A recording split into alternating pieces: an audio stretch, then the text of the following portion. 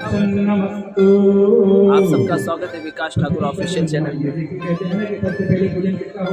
और आज मेरा बर्थडे है और दत्त मंदिर पे आज हमारा भजन है हम सबका सुंदरकांड। साथ में हमारे बहुत ही अच्छे गायक अरविंद सिंह जी। से सब बनाया जाता है, तो हम पृथ्वी का पूजन कर रहे हैं। ओम पृथ्वीतालोकातम विष्णुनाम च माधाराय पवित्र गुरुजासनम। सारे संसार को आधार देने वाले, सारे संसार को मैं आया हूँ। अच्छा कार्य बुरा कार्य पृथ्वी पर हम सब कुछ कर रहे हैं। अच्छा आपको देखिए यहाँ यज्ञ पूजा हो रहा है, कहीं लोग पॉटी हो रहा है। तो हमने पृथ्वी का पूजन किया, दीप का पूजन किया। अब हम संकल्प करेंगे।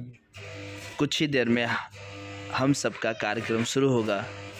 पंडित जी के ये मंत्र खत्म होने के बाद सुंदरकांड का आयोजन किया गया है, बहुत ही अच्छा। ये है दत्त भगवान प्रभु श्री राम जी, जय हो। आइए आप सबको कार्यक्रम के स्थल पे लेके चलता हूँ। यहाँ ऑडियंस बैठे हुए चाचा जी।